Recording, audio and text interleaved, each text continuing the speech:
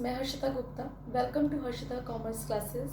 आज के हमारे लेक्चर का टॉपिक है स्कोप ऑफ सप्लाई।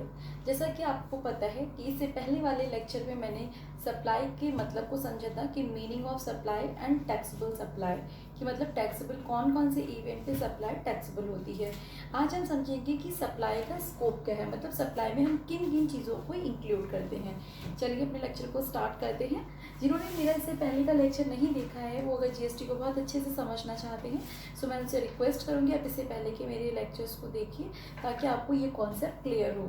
बात कर लेते हैं। इससे पहले वाले लेक्चर में आपको बताया था कि अगर हम सप्लाई, देखिए आपको पता है कि जो जीएसटी है वो सप्लाई पे लगता है, मतलब जब हम गुड्स एंड सर्विसेज की सप्लाई करेंगे तभी जीएसटी लगेगा, ठीक है। एंड सप्लाई में 5 जो एसेंशियल्स हैं ये ज़रूरी होते हैं, मतलब ये कंडीशन है कि अगर सप्लाई कर रहे हैं हम सप्लाई उसको तभी कहेंगे जब गुड्स एंड सर्विसेज की सप्लाई हो।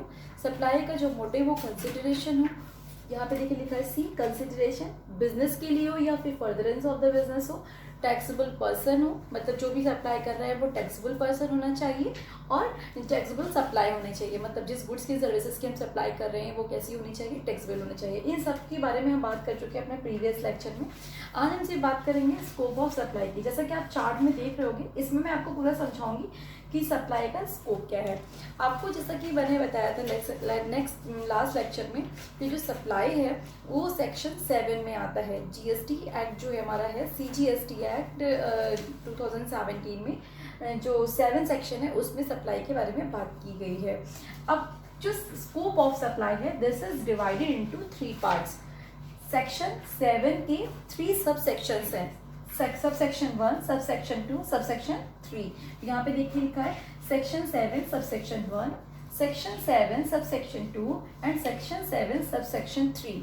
अब हमेशा ये चीज़ ध्यान रखिएगा, सेक्शन 7 सब सेक्शन 1 में बात हम ये करेंगे कि सप्लाई में क्या क्या चीज़ें इंक्लूड होती हैं। सेक्शन 7 सब सेक्शन 1 इसका जस्ट अपोजिट है।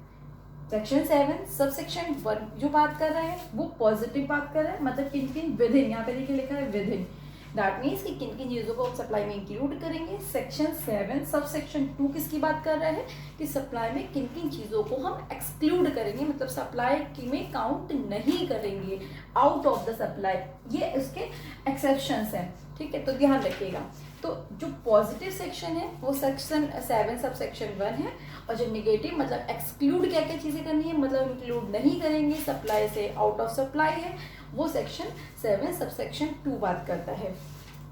सेक्शन 7 सब सेक्शन 3 बात करता है subject to the provision of section 1 and 2।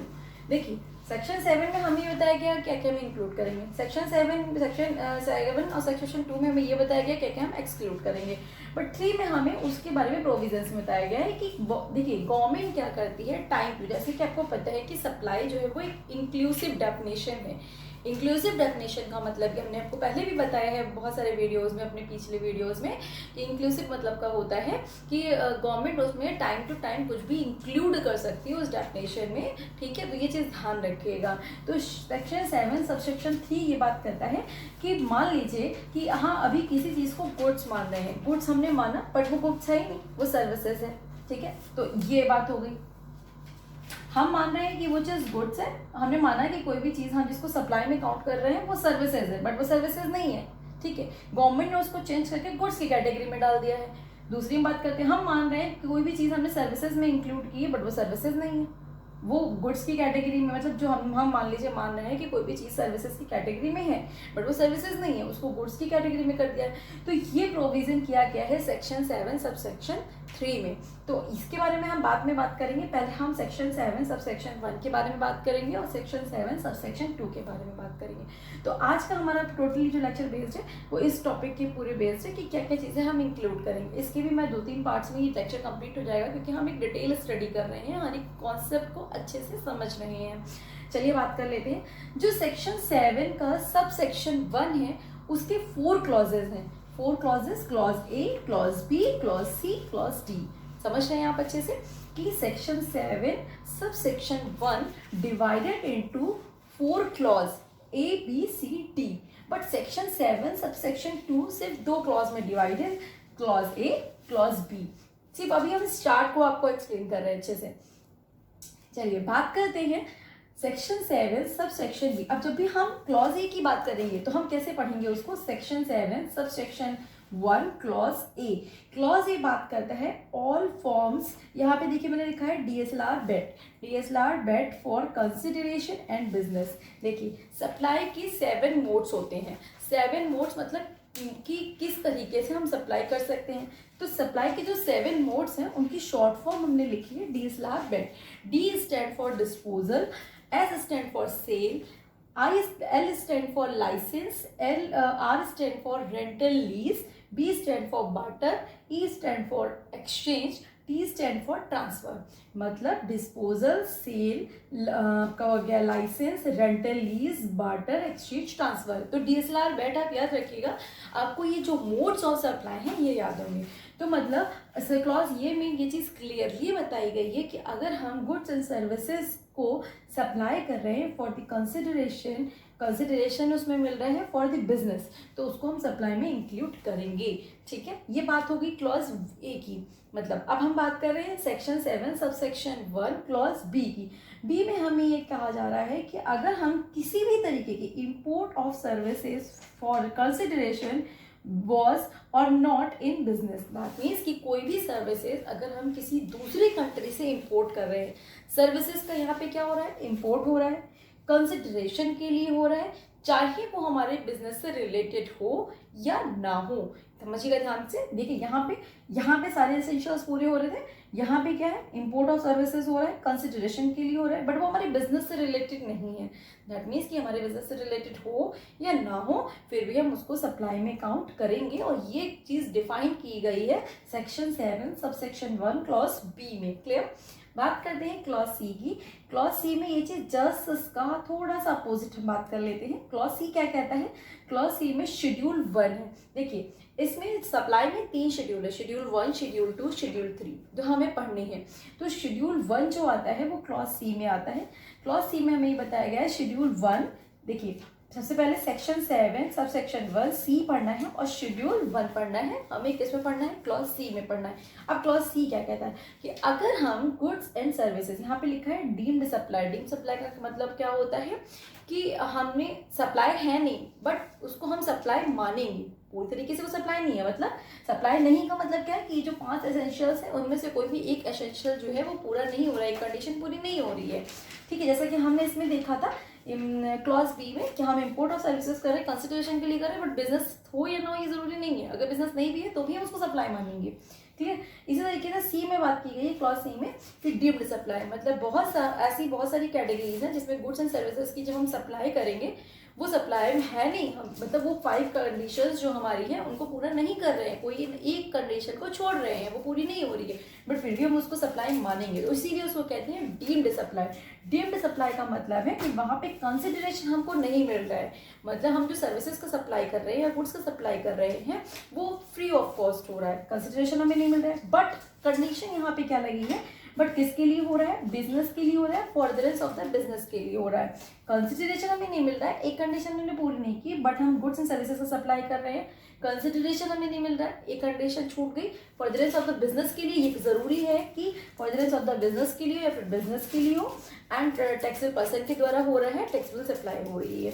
तो ये क्लॉज जो है वो सी में बताया गया शेड्यूल 1 के बारे में, plus deemed supply. Deemed supply जो कि सप्लाई है नहीं बट उसको सप्लाई की कैटेगरी में भी हम काउंट करेंगे। हम इसका एक एग्जांपल इन दोनों का ले लेते हैं, बाद में इसको डीप में आपको बताएंगे। मान लीजिए जैसे कि यहाँ पे लिखा है import of services for the consideration was और नॉट इन द बिजनेस, मतलब हम सर्विसेज का इंपोर्ट कर रहे हैं और वो हम उसमें हमें कंसिडरेशन मिल रहा है बट वो हमारे बिजनेस से रिलेटेड हो या ना हो, हम उसको सप्लाई की कैटेगरी में काउंट करेंगे और काउंट हो गया दैट मीन्स कि हमें जीएसटी पे करना है। फॉर एग्जाम्पल मान लीजिए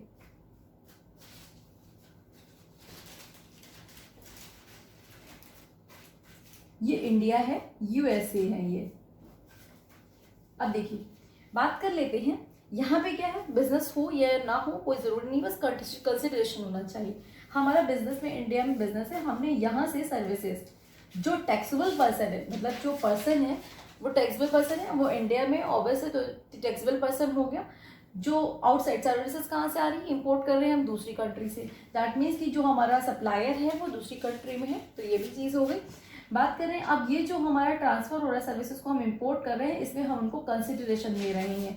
तो अगर हम कंसिडरेशन दे रहे हैं, हमारे बिजनेस से रिलेटेड हो या ना हो कोई ज़रूरी नहीं है, हमने कंसिडरेशन दिया है और बिजनेस से रिलेटेड होगी या नहीं। मान लीजिए कि जैसे कि हमें कहा हमें अपना घर बनवाना है या हमें अपने बिजनेस का डिज़ाइन बनवाना है, तो अब हमें आर्किटेक्चर की ज़रूरत है। आर्किटेक्चर जो है वो यूएसए में बैठा हुआ है, हमने उसकी सर्विसेज इंपोर्ट की कि भाई आप हमें डिज़ाइन बनाइए, हाँ हम उसको $50,000 हमने पे किया सपोज दैट, तो हमने उसकी सर्विसेज इंपोर्ट की, हमने उसको पे कर दिया। अब वो एक्टिविटी हमारे बिजनेस से रिलेटेड हो या ना, हम उसको सर्विसेज में इंक्लूड करेंगे। But for example clause C की बात करते हैं, सेम चीज़, अगर हम यूएसए से सर्विसेज इंपोर्ट कर रहे हैं और मान लीजिए एक मदर रहती है, चलिए रफ कर देते हैं इसको, ठीक है। अब यही चीज़ हम जस्ट अपोजिट ले लेते हैं कि हम जो भी सप्लाई कर रहे हैं, जैसे कि मान लीजिए कि हमारा बिजनेस इंडिया में है, ठीक है, और हम किसी दूसरी कंट्री से या किसी दूसरी कंट्री से सर्विसेज जो है वो इंपोर्ट कर रहे हैं, और इंपोर्ट करने के लिए जो दूसरी कंट्री में है वो सपोज दैट कि वहाँ पे जो बिज़नेस कर रहा है वो हमारा सन है और वही बिज़नेस कर रहा है, तो अपने बिज़नेस को बढ़ाने के लिए हमने सर्विसेज इंपोर्ट की, तो क्या हमारा सन हमसे कंसिडरेशन लेगा? नहीं लेगा। बट हमने जो सर्विसेज इंपोर्ट की हैं अपनी यहाँ पे सेल को बढ़ाने के लिए, फर्दरेंस ऑफ द बिजनेस के लिए कर रहे हैं, तो दैट मीन्स कि फ्री कंसिडरेशन मतलब कंसिडरेशन नहीं है, बट हमने बिजनेस को बढ़ाने के लिए कर रहे हैं। सो इसको क्लॉज सी में अप्लाई करेंगे, इसको हम सप्लाई मानेंगे, दैट मीन्स कि डीम्ड सप्लाई हो जाएगा। तो आपको समझ में आएगा वो क्लॉज सी में शेड्यूल 1 से रिलेटेड। अभी हम आगे आपसे डिस्कस करेंगे कि शेड्यूल 1 में क्या क्या चीज़ों को हम इंक्लूड करते हैं। बात कर लेते हैं क्लॉज डी की। क्लॉज डी बात करते हैं शेड्यूल 2 के बारे में, शेड्यूल 1 के बारे में क्लॉज सी बात कर रहा है। शेड्यूल 1 में हम पढ़ेंगे 4 जो है वो पैराज होते हैं, तो हम यहाँ पे 4 पैरा पढ़ेंगे, और जो शेड्यूल डी है उसमें क्लॉज डी है उसमें शेड्यूल 2 को पढ़ेंगे। ध्यान रखिएगा, शेड्यूल 1 हमें किस में पढ़ा? क्लॉज सी में पढ़ा। सेक्शन सबका वही चलेगा, 7 सबसेक्शन 1 चलेगा, चारों में ही। तो डी में क्या बात करते हैं? शेड्यूल 2 पढ़ेंगे। शेड्यूल 2 में हमें ये बताया गया है कि supply of goods and services, कौन कौन सी गुड्स एंड सर्विसेज को हम सप्लाई में इंक्लूड करेंगे, ये शेड्यूल 2 में बताया गया है। सो हमें इसमें क्या पढ़ना है? क्लॉज डी में section 7 subsection 1 clause D plus schedule 2 पढ़ना है। तो ये तो बात हो गई हमारे सेक्शन 7 सबसेक्शन 1 के बारे में। अब हम बात करते हैं, ये तो चीज़ हो गई कि क्या क्या चीज़ें हमारी सप्लाई में इंक्लूड होंगी। अब हम बात करें क्या चीज़ें एक्सक्लूड होंगी, तो उसको भी देखिए यहाँ पे बताया गया सेक्शन 7 सबसेक्शन 2 में एक्सक्लूडिंग सेक्शन है, मतलब किस चीज़ों को सप्लाई से बाहर रखा गया है। तो जो क्लॉज ए है सेक्शन 7 सबसेक्शन 2 क्लॉज ए में शेड्यूल 3 के बारे में बात की गई है कि शेड्यूल 3 में जो चीज़ें हैं उनको हम बाहर रखेंगे सप्लाई की कैटेगरी से। क्लॉज बी में बात की गई है सेंट्रल गवर्नमेंट, स्टेट गवर्नमेंट या फिर लोकल गवर्नमेंट जो कोई भी एक्टिविटी करता है undertaking as a public authority as notified by the government on the recommendation of the council. अगर गवर्नमेंट मतलब कि हमारी जो आपको पता है कि जीएसटी काउंसिल बनी हुई है और जीएसटी काउंसिल ने कोई भी चीज़ रिकमेंड कर दी है कि सेंट्रल गवर्नमेंट, स्टेट गवर्नमेंट या फिर लोकल गवर्नमेंट इस चीज़ की सप्लाई करती है और नोटिफाइड उसने कर दिया है, सो उस चीज़ को हम सप्लाई से कैटेगरी से बाहर रखेंगे। अब शेड्यूल जो 2-3 है उसको भी हम सप्लाई की कैटेगरी से बाहर रखेंगे। तो आपको इस डायग्राम में एक चीज़ क्लियर होगी, शेड्यूल 1 और शेड्यूल 2 जो है वो सप्लाई की कैटेगरी में आता है, इंक्लूड में आता है, और शेड्यूल 3 जो है वो सप्लाई की कैटेगरी से बाहर है, वो सप्लाई में एक्सक्लूडिंग में जाता है। ठीक है, फिर आपको ये भी याद रखना है शेड्यूल 1 में हमने आपको बात की कि जितनी भी मोड्स हैं उनके थ्रू हमें कंसिडरेशन मिल रहा है, बिजनेस के लिए भी हो रहा है, वो क्लॉज ए है। दूसरे क्लॉज में बात करें इंपोर्ट ऑफ सर्विसेज की, for the consideration is related to the business और not related to the business, ठीक है, तो वो क्लॉज बी हो गया। सी बात कर रहा है शेड्यूल 1 के बारे में, डीम्ड सप्लाई के बारे में, उसमें हमें कंसिडरेशन नहीं मिलेगा, फ्री ऑफ कॉस्ट हम कर रहे हैं, बट हमारा क्या होना चाहिए? बिजनेस के लिए होना चाहिए, फर्दरेंस ऑफ द बिजनेस के लिए होना चाहिए। शेड्यूल जो क्लॉज डी वो बात करता है शेड्यूल 2 के बारे में, और शेड्यूल 2 में ये भी चीज़ है कि supply of goods and services में हम क्या क्या चीज़ों को इंक्लूड करेंगे। सो आई होप आपको आज का लेक्चर अच्छा लगा होगा और अब बहुत सारे कॉन्सेप्ट आपको क्लियर हो गए होंगे। नेक्स्ट लेक्चर में हम आपसे क्लॉज ए को डीपली डिस्कस करेंगे और क्लॉज बी को डीपली डिस्कस करेंगे। आज के लिए इतना ही। अगर आपको हमारा लेक्चर अच्छा लगा हो तो आप इसको प्लीज़ सब्सक्राइब करिए, लाइक करिए, कमेंट करिए एंड शेयर करिए। Thank you class.